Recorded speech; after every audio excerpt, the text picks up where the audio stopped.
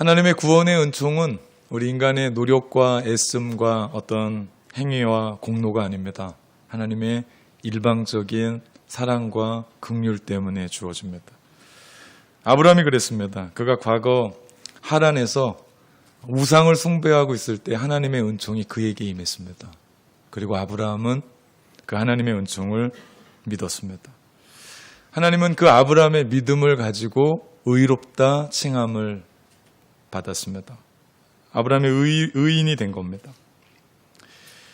그리고 아브라함이 의인되고 나서 한 일은 죄악된 땅 하란을 떠나서 하나님이 약속했던 가나안 땅, 약속의 땅으로 가는 길이었습니다. 이것이 아브라함에게 있었던 믿음으로 말미암아 의롭게 된 사람의 변화입니다. 우리도 마찬가지입니다. 우리는 지난 부활절에 아브라함을 살펴보면서 예수 그리스도께서 죽으심으로 십자가로 말미암아 죄 용서를, 그리고 부활로 말미암아 칭의를, 그래서 우리를 의롭다 칭하신다라고 말씀을 나누었습니다. 믿음으로 의롭다 함을 받은 그 한 사람에게 결정적인 표지 하나가 있는데 그것이 바로 변화입니다. 여러분은 진지하게 신앙생활을 시작하고 예수 그리스도의 복음을 믿고 나서 여러분의 삶 가운데 변한 게 뭡니까? 작년의 신앙생활과 올해 신앙생활과 변한 것이 어떤 겁니까? 내가 처음 예수 그리스도의 십자가의 첫사랑을 안고 내가 살아가면서 오늘 그때와 지금과 비교했을 때 난 전혀 다르게 변화됐어 라고 말할 수 있는 사람이 있는지요?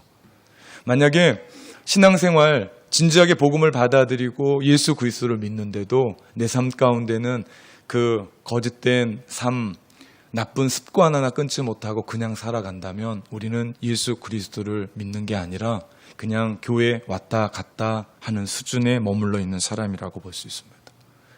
지옥으로 내달리던 사람이 천국의 소망을 안고 영원한 생명을 얻었는데 삶이 변화되지 않는다면 그건 이상한 일일 겁니다. 예전에는 내 인생의 주인이 나인 줄 알고 개인적으로 이기적으로 살았다가 복음을 받아들이고 내 인생의 주인이 예수 그리스도시구나 라는 걸 깨닫고 내 인생의 주인을 바꿨는데 우리의 삶 가운데 변화가 일어나지 않는다면 그것은 이상한 일입니다. 오늘 로마서 5장에 바울은 의롭게 된 사람, 믿음으로 말미암아 하나님 안에서 의롭게 된 사람의 삶의 변화가 적어도 3가지는 일어난다라고 얘기합니다. 그리고 그 변화를 하나하나 따져보면 그 변화는 우리의 삶에 유익을 주는 것을 보게 됩니다. 그 첫 번째, 예수 그리스도로 말미암아 믿음으로 의롭게 된 우리를 변화시키는데 그 첫 번째가 하나님과 화평을 누리게 됩니다. 1절 말씀에 보니까 그러므로 우리가 믿음으로 의롭다 하심을 받았으니 우리 주 예수 그리스도로 말미암아 하나님과 화평을 누리자라고 말씀합니다. 바울이 여기서 말하는 하나님과 화평이 있다라는 것은 다른 얘기로 말하면 예전에는 우리가 하나님과 적대시 관계였다는 겁니다. 원수 관계였습니다. 우리 예전에는 하나님과 어떤 관계를 이야기하느냐? 오늘 로마서 5장 10절 말씀에 보면 정확하게 나옵니다. 곧 우리가 원수 되었을 때에 하나님과 우리는 원수였습니다. 원래 우리와 하나님과의 관계가 이르지 않았어요. 우리의 죄 때문에 거룩하신 하나님 앞에 갈 수 없었기 때문에 우리는 하나님과 원수지간이었습니다. 그런데 오늘 10절 말씀 계속 그 후반절을 보면 그의 아들의 죽으심으로 말미암아 하나님과 화목하게 되었은즉 화목하게 된 자로서는 더욱 그의 살아나심으로 말미암아 구원을 받은 것이니라 말씀합니다. 우리가 예수 그리스도의 십자가의 은혜로 그리고 부활하신 그 부활로 말미암아 하나님과 화평을 누리게 되었다라는 겁니다. 여기서 바울이 말하는 이 화평, 평화는 우리의 어떤 느낌이 아니에요. 이것은 사실입니다. 어떤 정서적이고 감정적인 평화를 얘기하는 것이 아닙니다. 이거는 관계적인 거예요. 즉 하나님과의 관계에 초점을 맞추고 있습니다. 하나님과 평화한다 이 말씀을 영어 성경으로 보면 Peace with God이라고 나옵니다. 하나님과 더불어 화목을 이룬다라는 이야기입니다. 즉 우리의 화평은 하나님과 더불어 이루어지는 것이기 때문에 객관적인 겁니다. 주관적으로 내가 오늘 행복하고 안전하다고 느끼지 못할 때, 오늘 날씨가 이런데 내 마음 가운데 좀 불편해. 그래서 우리의 삶에 하나님의 화평이 이루어지고 안 이루어지고 이런 게 아닙니다. 나의 생각, 나의 느낌, 나의 감정으로 이루어지고 안 이루어지는 성격이 아니라 오직 예수 그리스도의 십자가와 부활로 말미암아 우리 가운데 주신 결과죠. 그렇다면 믿음으로 말미암아 의롭게 된 사람은 하나님과 화평을 누리며 살아갈 수밖에 없는 겁니다. 우리 모두는 의인이라고 얘기했습니다. 죄인입니다. 죄인이지만 하나님께서 우리에게 의의 옷을 입혀주시고 우리에게 의인이라 칭하셨으면 우리는 하나님과 화평의 관계를 이룬다라는 거죠.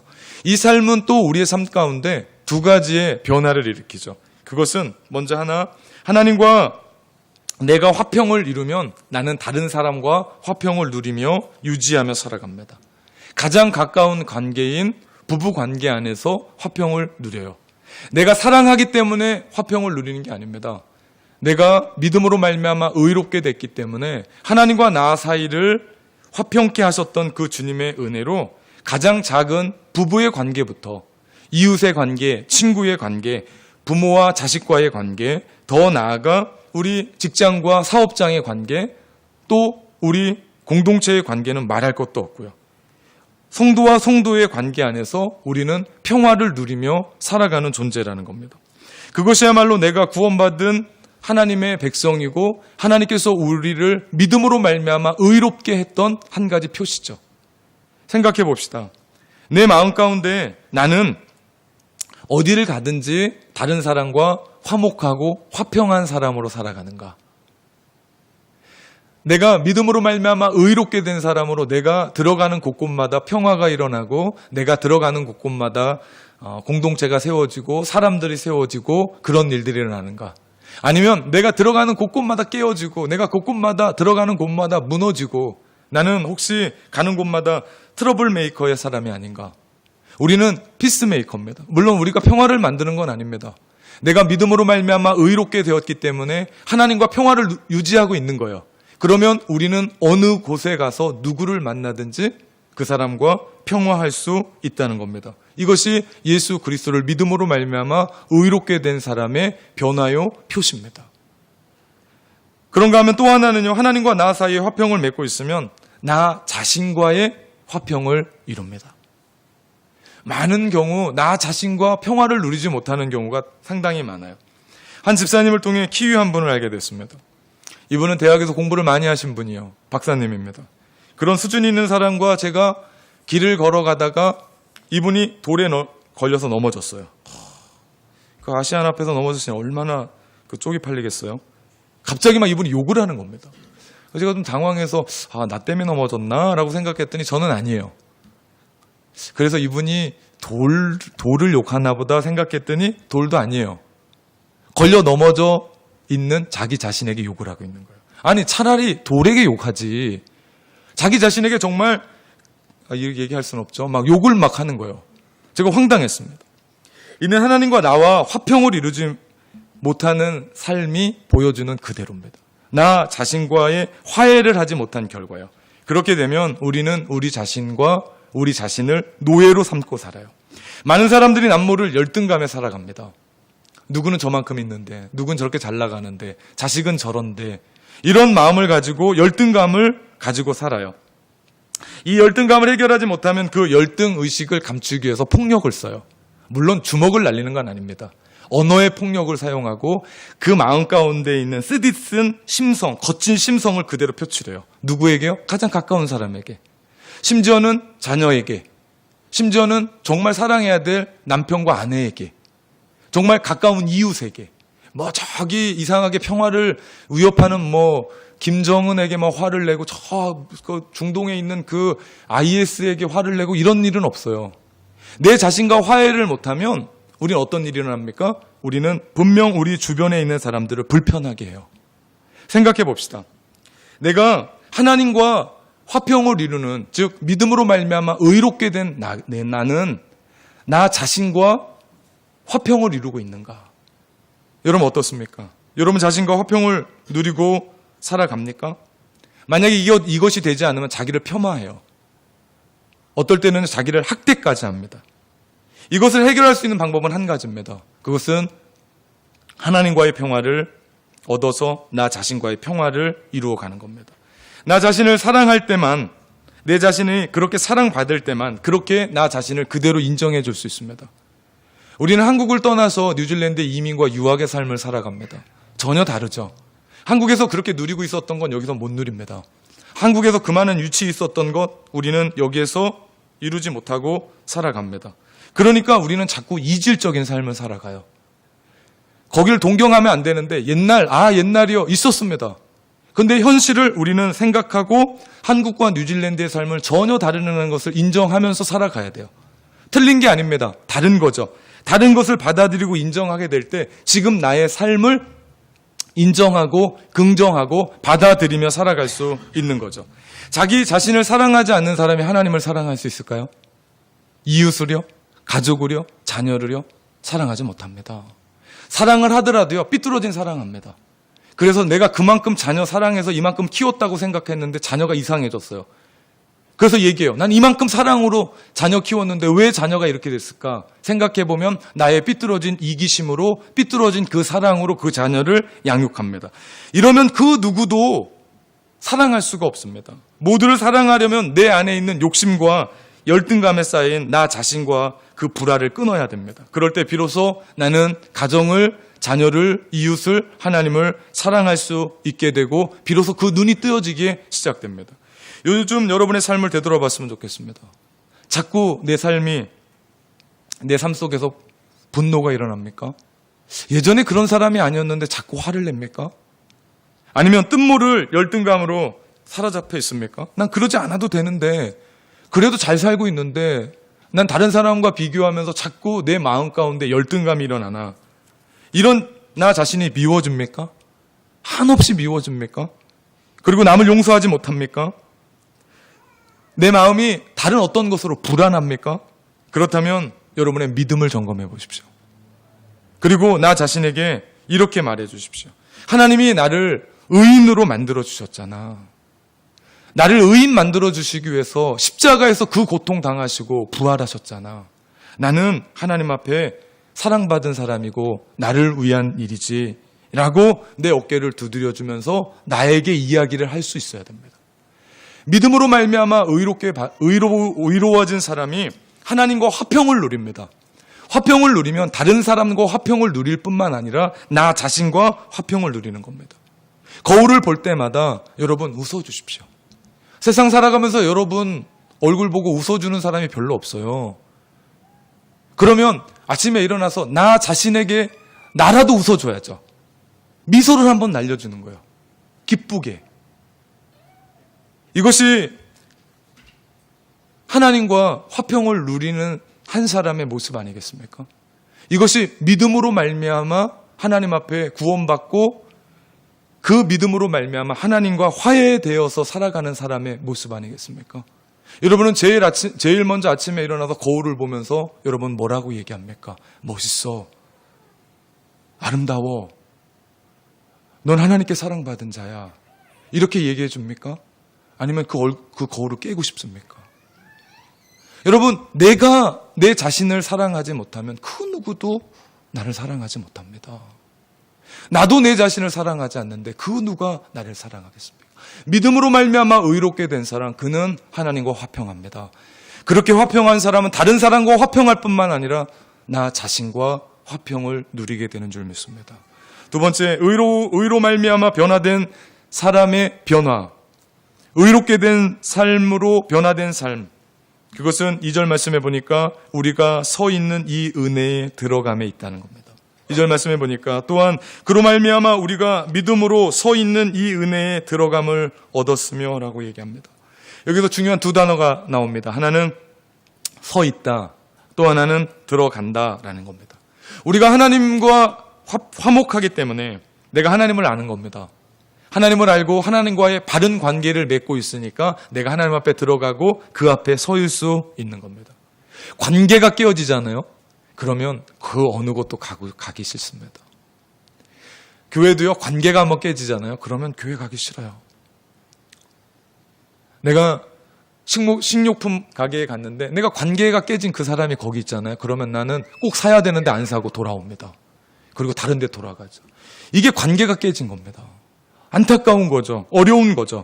그런데 우리가 하나님과의 관계가 화목된 관계로 맺어지면 우린 하나님 앞에 서고 그분 앞에 들어갈 수 있는 은혜를 얻게 됩니다. 누구 때문에라고요? 이 화목은 누구 때문이라고 얘기합니까? 10절 말씀해 보니까 정확하게 얘기합니다. 예수 그리스도로 말미암아. 예수님이 우리 때문에 십자가에 못 박혀 죽으시고 부활하셔서 다시 살아나셨기 때문에 우리에게 화목을 이루신 겁니다. 그분 때문에 하나님과 우리가 화목을 이룬 거예요. 그분 때문에 우리 성도가 함께 화목을 이룬 겁니다. 우리 히브리서 4장의 말씀에 보면요, 이런 말씀이 있습니다. 그러므로 우리에게 큰 대제사장이 계시니 승천하시는 이 곧 하나님의 아들 예수시니라. 우리가 믿는 도리를 굳게 잡을지어다. 우리에게 있는 대제사장은 우리의 연약함을 동정하지 못하실 이가 아니요 모든 일에 우리와 똑같이 시험을 받으신 이로되 죄는 없으시니라. 그러므로 우리가 긍휼하심을 받고 때를 따라 돕는 은혜를 얻기 위하여 은혜의 보좌 앞에 담대히 나아갈 것이니라. 아멘. 놀라운 말씀을 우리 가운데 해줍니다. 우리가 믿음으로 말미암아 값없이 주시는 하나님의 의를 받고 그 의로 말미암아 긍휼하심을 주시고 때를 따라 돕는 은혜를 얻기 위해서 우리가 은혜의 보좌 앞으로 담대히 나갈 수 있대요. 누구 때문에요? 예수 그리스도 때문에. 우리 모두는 때를 따라 돕는 은혜가 얼마나 필요한 사람들입니까? 그것이 없어서 우리 우는 거 아니에요? 그것 때문에 가슴 졸이고 사는 거 아닙니까? 그런데 의로운 사람에게 주시는 변화는 우리로 하여금 날마다 그 은혜의 자리, 때를 따라 돕는 은혜의 자리에 나아갈 수 있게 한다는 사실입니다. 우리가 주님 앞에 서고 그 안에 들어가기만 하면 그곳은 주님이 계신 보좌입니다.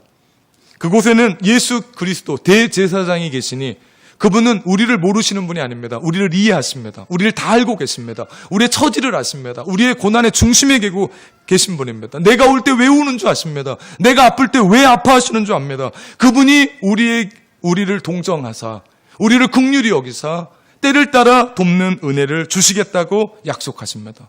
그렇기 때문에 믿음으로 말미암아 의로움을 받은 사람은 이 약속을 붙잡고 예배의 자리로 가는 거예요. 이 약속을 붙잡고 기도의 자리로 가는 겁니다. 이 약속의 말씀을 붙잡고 세례 모임에 가고 이 약속의 말씀을 붙잡고 헌신의 자리로 들어가는 겁니다. 왜요? 내가 이 약속의 말씀 붙잡고 들어가는 순간, 내가 그 앞에 서는 순간 하나님께서 우리 가운데 때를 따라 돕는 은혜를 우리 가운데 주실 줄 믿기에. 믿으십니까? 그래서 의롭게 된 사람의 변화는 너무나 중요합니다. 그리고 이 변화는 다름 아니라 우리에게 주시는 유익이죠. 셋째, 의롭다 하심을 받은 사람에게 일어나는 변화는 하나님의 영광을 바라며 삽니다. 2절 말씀 끝에 보면 하나님의 영광을 바라고 즐거워하느니라 말씀합니다. 이 말씀은 두 부분으로 나눠 있습니다. 하나님의 영광을 바란다 또한 즐거워한다 부분입니다. 누군가가 여러분에게 인생의 목적을 묻는다면 뭐라고 대답하시겠습니까? 왜 사십니까? 묻는다면 왜 사십니까? 왜 여기에 있습니까? 인생의 목적을 발견하셨습니까? 묻는다면 여러분은 뭐라고 대답하시겠습니까? 돈 때문에 사는 게 아닙니다. 결혼이 목적이 아닙니다. 잘 살고 건강한 것도 아닙니다. 공부도 아닙니다. 대학도 아닙니다. 인생의 목표가 없는 사람은 방황합니다. 공부도 잘하고 돈도 잘 벌고 사업도 잘하고 내 인생 잘 이끌어 가는데도 방황합니다. 왜요? 목적이 없기 때문에. 내가 왜 사는지 모르기 때문에 방황합니다. 우리의 변하지 않는 영원한 목표가 하나 있는데 그것은 우리 모두는 하나님의 영광을 위해 사는 존재라는 사실입니다. 하나님의 값없이 주시는 의로 구원받은 사람은 이렇게 삽니다. 우리는 이런 존재입니다. 하나님의 영광을 위해 사는 존재. 왜 공부하냐고 물어보면 하나님의 영광을 위해서입니다. 왜 그렇게 돈 버냐라고 물어보면 하나님의 영광을 위해서입니다. 왜 그렇게 건강 챙기냐라고 물어보면 하나님의 영광을 위해서입니다. 왜 그렇게 사업하냐고 물어보면 하나님의 영광을 위해서입니다. 왜 사냐고 물어보면 그냥 웃지 말고 당당하게 나는 하나님의 영광을 위해 삽니다 라고 얘기해야 돼요. 내가 잘나든 못나든 상관없습니다. 내가 그 일들을 성공적으로 일으키든 못하든 상관이 없습니다. 내가 그 일에 대해서 남들에게 보여줄 수 있든 못 보여주든 상관이 없습니다. 내가 있든 없든, 내가 가졌든 못 가졌든, 내가 어느 자리에 있든 없든 아무런 상관없습니다. 나는 하나님의 영광을 위해 삽니다. 이것이 우리 인생의 목적이 돼야 돼요. 이렇게 사는 사람은 그냥 살 수 있는 게 아닙니다. 어떤 사람이 삽니까? 예수 그리스도의 십자가와 부활로 말미암아 믿음으로 값없이 주시는 의의 선물을 받은 그 사람, 의인인 그 사람이 바로 이런 삶을 산다는 겁니다. 우리 옆 사람에게 그렇게 한번 물어보십시오. 왜 삽니까? 진짜 물어보십시오. 왜 삽니까? 그러면 당당하게 이렇게 대답해 주십시오. 나는 하나님의 영광을 위해 삽니다. 얘기해 주십시오. 옆 사람에게. 나는 하나님의 영광을 위해 삽니다. 이거 연습 안 하니까 우리의 삶 가운데 그 얘기가 안 나오는 거예요. 아내가 왜 살아? 라고 물으면 아무 대답을 할 수가 없는 거예요. 남편이 왜 살아? 라고 물어보면 아무런 대답을 할 수가 없는 거예요. 당당하게 뭐라고요? 나는 하나님의 영광을 위해 살아. 이것이 우리 인생을 즐거워하며 사는 겁니다. 누가 저에게 물어보면요, 저 인생 즐겁습니다. 언제부터 목소리가 안 나와서 되게 어려운데 저 인생 즐겁습니다. 누가 그런 얘기 하더라고요. 목회 너무 일찍 들어갔다고. 남들은 10년 후에 가는 일을 10년 전에 갔으니까 목소리가 그렇게 10년 빨리 간 거라. 상관없습니다. 저는 즐겁습니다. 교회가 크든 작든 아무런 상관없어요. 저 행복합니다. 기쁩니다. 뉴질랜드든 한국이든 그 어디든 상관없습니다. 전 주님이 있는 그곳이, 주님만 있으면 그곳이 어디든지 하나님의 나라라 생각하고 주님의 영광을 위해 살아갈 거기 때문에. 이건 저뿐만 아닙니다. 우리 모두가 이야기하는 겁니다. 왜 공부합니까? 왜 돈 법니까? 왜 사업합니까? 왜 직장에 다닙니까? 왜 삽니까? 라고 이야기할 때 나는 하나님의 영광을 위해 삽니다. 이것이 우리 인생을 최고로 즐기는 일이고 즐겁게 사는 길인 줄 믿습니다. 대부분 하나님 없는 사람들이 좀 산다라고 이야기하면 인생의 목적을 잘 사는 거예요. 그렇게 정해요. 오래 사는 것에 목적을 둬요. 성공하는 것에 가치를 둬요. 얼마나 오래 사는 게 잘 사는, 성공한 거고, 얼마나 성공해야 그 성공의 잣대가 맞고, 내가 잘 사는 것이 얼마나 잘 살아야 잘 사는 겁니까? 이런 가치들은 이기적이고요, 자기 중심적입니다. 나쁘진 않아요. 네, 건강, 더 많은 소유, 행복, 본질적으로 나쁜 거 아닙니다. 악한 것도 아니에요. 선한 거예요. 그런데 거기엔 큰 문제가 있습니다. 그것은 인생이 자기 건 줄 알아요. 내 인생의 주인이 자기 건 줄 알고 착각한다. 그렇게 안 살고 조금 고상한 삶을 사는 사람들도 있어요. 나라를 위해, 민족을 위해, 세계 인류를 위해 봉사하며 살아가는 사람들도 있습니다. 좋습니다. 그런데 이것은요, 인생의 목적이 아니에요. 목적으로 가는 과정 중에 있는 거예요. 근데 사람들이 착각해요. 이게 인생의 목적인 줄 알아요. 아니에요.